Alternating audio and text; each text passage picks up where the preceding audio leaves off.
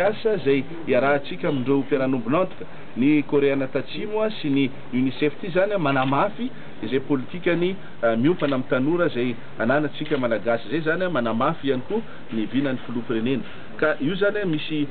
zavatra kely tipitsipina mahakasika an'izy io zany ireo vola ireo zany marina fa ny mpiara-nombonantoka zany no manome azy, marina fa ny UNICEF no mitantana azy fa tsy maintsy arakaraky ny lahara-pahamehany ireo ministera zay voatanisa teo zany no anatanterahana ny tetikasa any an-toerana satria efa misy daholo zany ny ataoko hoe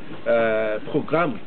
de travail zany programme d'activité ho an'ireo ministera tsirairay avy ireo ka